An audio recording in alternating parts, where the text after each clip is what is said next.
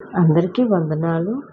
కీర్తనలు 66 మనకు దేవుని మహిమను ప్రకటించమని చెప్తుంది.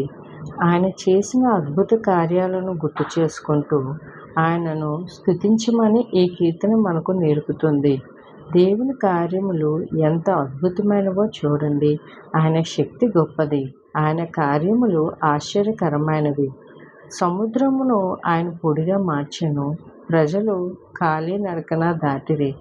అక్కడ వారు ఆనందంతో దేవుని స్తుతించిరి.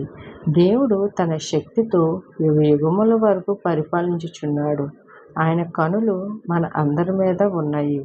అహంకారులు ఆయనకు ఎదురు నిలవలేరు.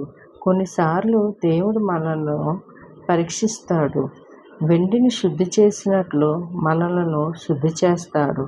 కష్టాల గుండా నడిచిన చివరికి సమృద్ధిలోనికి తీసుకువస్తాడు. ఆయన మన ప్రార్థనలు వినే దేవుడు. దేవునికే స్తోత్రం కలుగును గాక. ఆమేన్.